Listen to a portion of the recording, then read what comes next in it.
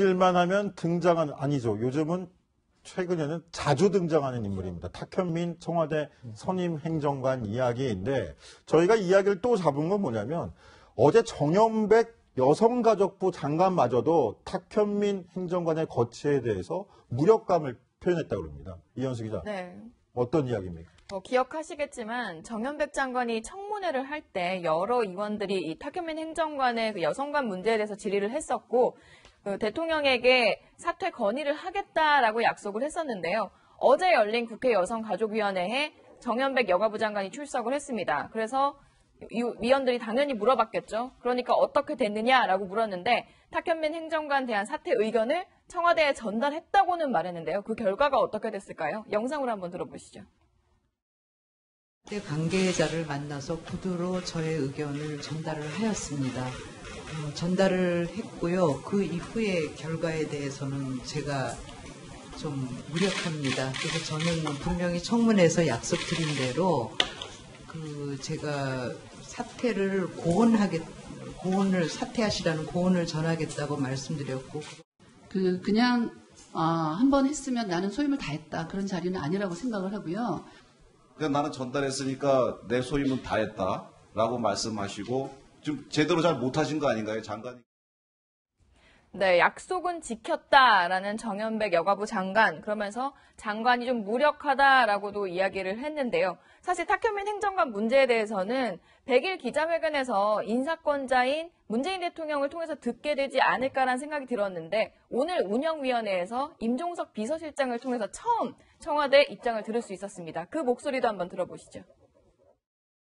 어제 여가부에서 지적됐던 것은 행정관의 인사에 대한 문제였기 때문에 그것은 종합적으로 대통령의 인사권이 존중되는 것이 옳다 그렇게 생각합니다.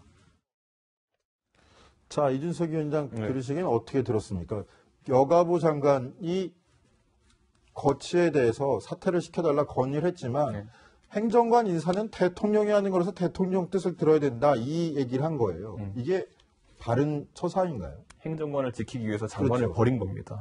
네, 그러니까 지금 장관이 솔직히 공개 발언으로 저렇게 했으면은 사실 어느 정도의 업무 조정은 있어야 됩니다. 그 인사에 대해서도 최소한 탁현민 행정관의 공개적인 경고라든지 여러 가지 조치를 취할 수 있음에도 불구하고 지금 와가지고 임종석 실장의 발언을 그대로 해석하면은 말은 잘 들었지만 우리 뜻대로 하겠다라는 것이거든요. 그렇다면 이게 과연 박근혜 정부 때 있었던 어떤 인사 조치나 이런 것도 있어가지고 전혀 이제 의사소통이 되지 않는 상황과 비슷한 상황이 연출되고 있는 것이거든요. 그렇기 때문에 저는 이런 상황이 됐으면은 이 여가부 내에서 과연 여가부 장관, 정장관의 위치가 어떻게 될지, 그럼 소위 말하는 행정관과의 파워 게임에서 밀린 거 아니겠습니까? 그렇네요. 그럼 이 부처 아무래도 예산도 가장 적고 인원수도 가장 작은 여가부라는 부처 자체가 위축될 수 있기 때문에 좀 저런 모습은 약간 좀 좋지 않아 보입니다. 지금 이준석 위원장 말씀하시는 중간에 저희가 탁현민 행정관의 최근 행적의 영상을 지금 보여드렸는데 윤영찬 국민소통 소속한테도 지시를 내리면서 행사를 지시하고 고민정 부대변인한테도 이렇게 하라고 코치를 하고 자,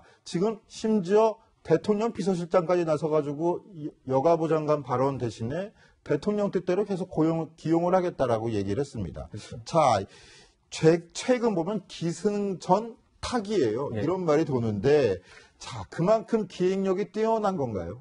탁현민 행정관이? 기획력이라는 거는 제가 계속 방송인으로서 얘기해서 그런지 모르겠지만은 대한민국 잘하는 분 많습니다. 물론 탁현민 행정관 잘하는 분 중에 하나겠죠. 하지만 대체 불가능한 인물은 저는 아니라고 봅니다. 대한민국의 인재 풀을 봤을 때. 그런 상황 속에서 아까 말씀하신 것처럼 사실상 더 고위직들이거든요. 그러니까 윤영찬 수석도 그렇고 고민정 부대변인 같은 경우는 더 이상 아나운서가 아닙니다. 여긴 대통령의 말씀 받아 전달하는 부대변인이거든요. 그런데 이런 분들에 대해 지휘권을 행사하는 모습을 비춰지는 것, 그리고 인사에 있어가지고 여가부 장관의 건의를 무시하게 만들 정도로 어느 특정한 위치를 차지하고 있다는 것, 이런 것들이 만약에 이미지에 부여되게 되면은 탁현민 행정관은 스스로 엄청난 부담을 느끼게 될 것이고 실제로 업무를 수행하기 어려운 상황이 될 것이다 라는 생각이 들고, 저는 그래서 약간 오히려 의아했던 게 어제 행사에서 보면은 물론 실무자니까 그렇게 돌아다니겠지만은 계속 왔다 갔다 하면서 이제 카메라에 잡히는 그런 모습이 있었거든요. 저게 저에게 연상시키는 건 뭐냐면은 박근혜 정부 때도 보면은 계속 대통령 주변에 카메라 왔다 갔다 하면서 잡히려고 하는 분들이 좀 있었습니다.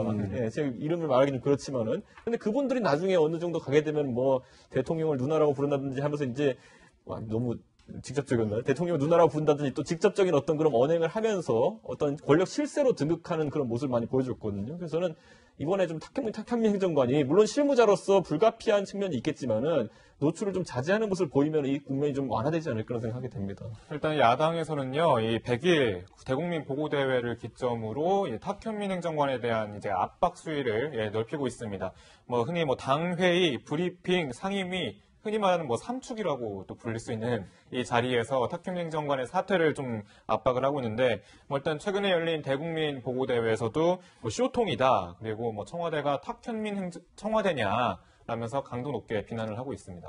자, 이현수 기자, 네. 탁현민 행정관 요즘은 어떻습니까? 그 본인이 이런 거취 문제가 문재인 대통령에게까지 부담이 되고 있는 실정에 대해서 본인은 알고 있을까요? 좀 논란이 더 커지고 나서는 기자들의 접촉도 사실 잘 되지 않고 있는 상황입니다. 탁현민 행정관이 본인의 의사를 제대로 피력했을 때는 그 SNS 상에서 그 책이 논란이 됐을 때 사과를 했던 그 입장이 사실 가장 분명하게 입장을 밝혔던 거고, 그 이후에는 입장을 밝혀지진 않았었는데, 약간 아까 조금 전에 임종석 비서실장이 대통령의 인사는 존중되어야 한다라고 표현하면서 이 탁현민 행정관 문제가 뭔가 문재인 대통령의 뜻이라는, 그러니까 문재인 대통령 차원의 문제로 번지는 것 같아서 탁현민 행정관이 현재는 침묵을 지키고 있지만 뭔가 입장을 밝힐 때가 와야 되지 않을까라는 관측도 정치권에서 나오고 있습니다.